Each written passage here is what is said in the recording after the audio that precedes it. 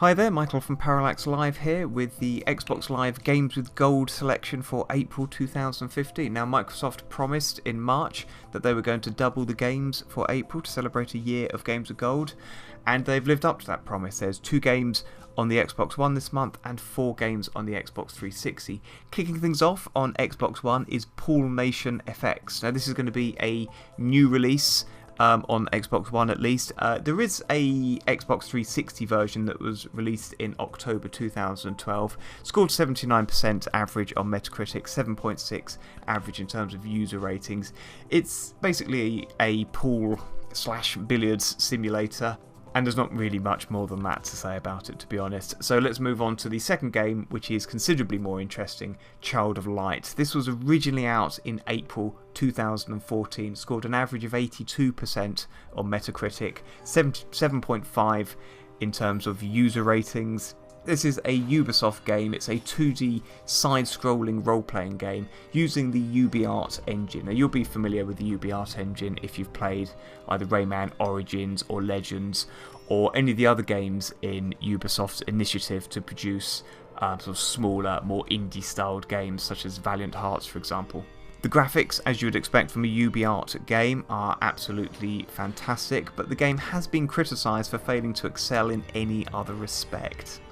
Both of those games are going to be available to download from the 1st until the 30th of April. Now, first up on the Xbox 360 is Gears of War Judgement. This was originally out in March 2013, scored 79% average on Metacritic, but only 5.3% in terms of user scores.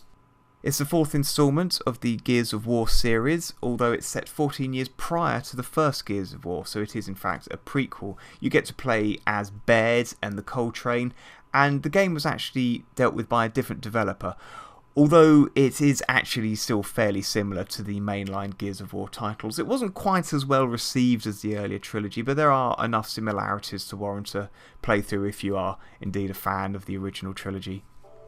Second up is Terraria. This was originally released in August of 2013. It received 81% average on Metacritic, 7.2 in terms of user scores.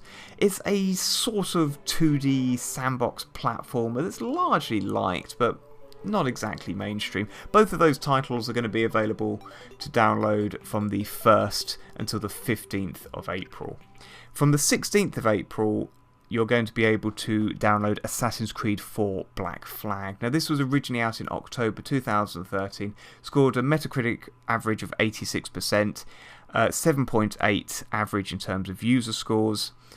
I think both of those are on the low side. Assassin's Creed 4 is a real return to form for the series after the absolute turd that was Assassin's Creed 3. It is essentially the last good Assassin's Creed game, miles ahead of Assassin's Creed 3 and even Assassin's Creed Unity, which was also a bit of a buggy, unfinished mess.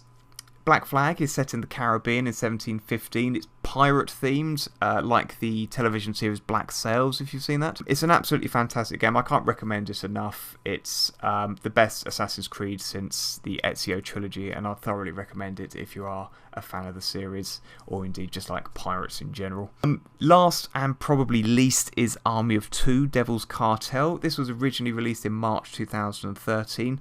Scored a Metacritic average of 54%, a user average of 6.2%.